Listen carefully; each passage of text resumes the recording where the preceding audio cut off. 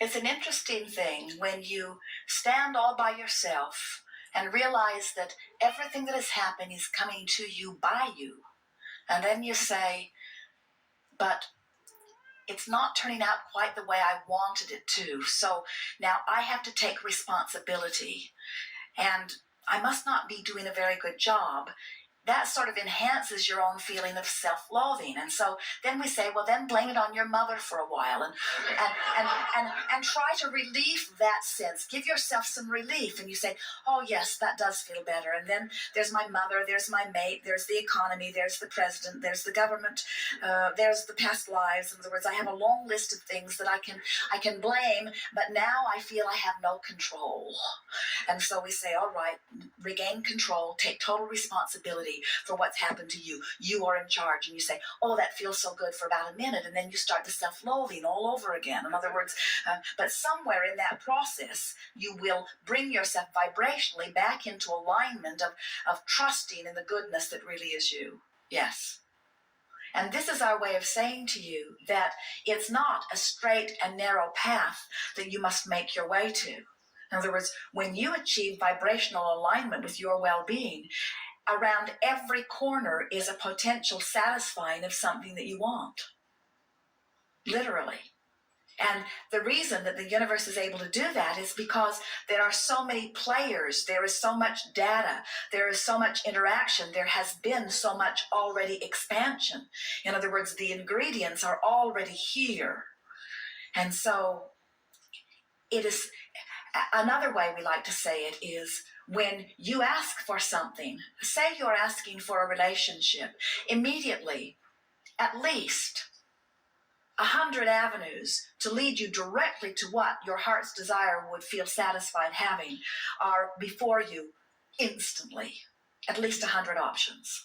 But if you're not in vibrational alignment with them, there might as well not be any.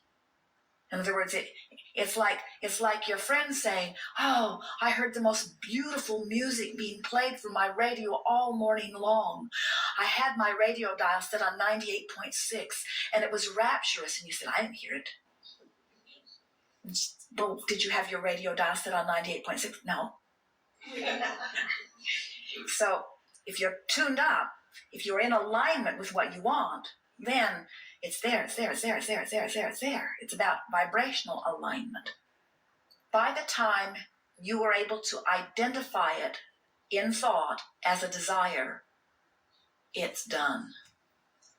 If you can think it, the components are here, and you can realize it as quickly as you line up with that. In other words, if you say, I want a prize, the universe says, very well, we will line up endless opportunities for you to have your prize. And when you say, but there is only one prize, the universe says, very well, we will make it very difficult for you. And when you say, there is only one prize and I think that person will get it, the universe says, very well, it will not be yours. In other words, your thoughts happen. But when you say, there is no shortage of prizes, the universe says, then pluck from those that please you. They are everywhere around you. When you say, but I am the only worthy one and no one else is worthy, the universe says, well, depends upon how they feel about them, not how you feel about them. In other words, your every thought affects your vibration, but that's all that affects your vibration.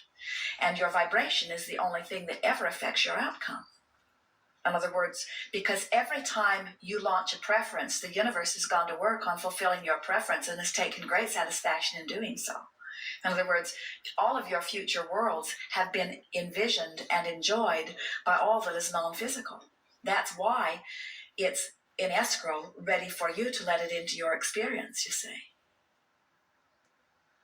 Wayne Dyer's book says, you will see it when you believe it. And we say to you, test the heck out of it.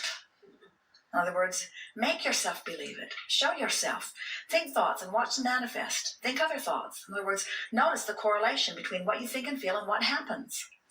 It's accurate every single time. Adjust the way you feel, watch what happens. It's accurate every single time. But what's tricky about this is, and we keep coming back around to this here today, it's wonderful awareness is that if I stand here and I want to be over there and I say I'm willing to do anything it takes to get over there, I've got a resistance within my vibration because of my inherent dissatisfaction with where I am.